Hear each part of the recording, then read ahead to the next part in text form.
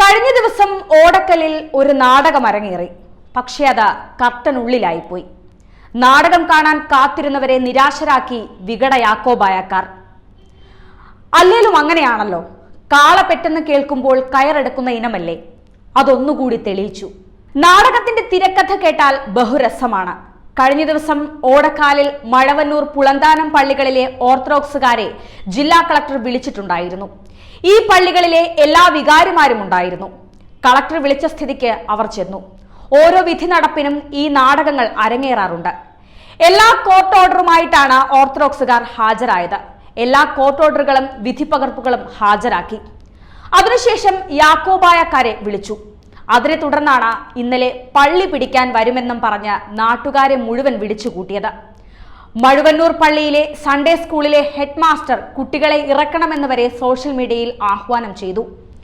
പോലീസിനെതിരെ സമരത്തിന് വേണ്ടിയും പള്ളി സംരക്ഷിക്കുന്നതിന് വേണ്ടിയും പരമാവധി കുട്ടികളെ കൊണ്ടുവരാൻ വേണ്ടി ആഹ്വാനം ചെയ്ത ഹെഡ് മാസ്റ്റർക്കെതിരെ ബാലാവകാശ കമ്മീഷൻ കേസെടുക്കണം. മെത്രാന്മാരും വൈദികരും പള്ളി ഭാരവാഹികളും ആളുകളെ വിളിച്ചുകൂട്ടുന്ന മെസ്സേജുകൾ സോഷ്യൽ മീഡിയയിൽ തലങ്ങും വിലങ്ങും പ്രചരിച്ചു. അതേസമയം വിധി നടത്തിക്കാൻ പോലീസോ പട്ടാളമോ ഒന്നും ഓർത്തഡോക്സുകാരെ ബന്ധപ്പെടുകയോ ഓർത്തഡോക്സുകാർ പോലീസുകാരെ ബന്ധപ്പെടുകയോ ചെയ്തില്ല.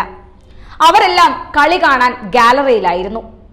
തിങ്കളാഴ്ച രാത്രി തന്നെ വികടന്മാർ പള്ളിക്ക് കാവൽ നിന്നു. ഇന്നലെ രാവിലെ അവിടുന്നും ഇവിടുന്നുമായി ലോകം മൊത്തം വിളിച്ചു കൂട്ടിയിട്ടും വൈദികരുൾപ്പെടെ 100-ൽ താഴെ മാത്രമായിരുന്നു ആളുകൾ പള്ളി പരിസരത്ത് കൂടിയത്. രാവിലെ തന്നെ പള്ളിയിൽ കുർബാന തുടങ്ങിയിരുന്നു. കുർബാന കഴിഞ്ഞിട്ടും അവർ അവിടെ തന്നെ നിന്നു. ഒറ്റ പോലീസുകാരൻ പോലും ആ വഴിക്ക് പോയില്ല.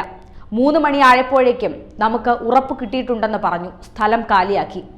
ഇതൊക്കെ കണ്ടപ്പോൾ അവിടുത്തെ ഓർത്തഡോക്സുകാർക്കൊരു സംശയമുണ്ടായി. എന്തിനാണിവർ ആളുകളെ വിളിച്ചുകൂട്ടാൻ ആഹ്വാനം ചെയ്തത്? അത് ആർക്കു വേണ്ടി, എന്തിനു വേണ്ടി? ഉന്നതരുടെ നിർദ്ദേശപ്രകാരമാണോ? സംശയം മാത്രം ബാക്കി. ഇതെന്ത് വെള്ളരിക്കാ പട്ടണമോ?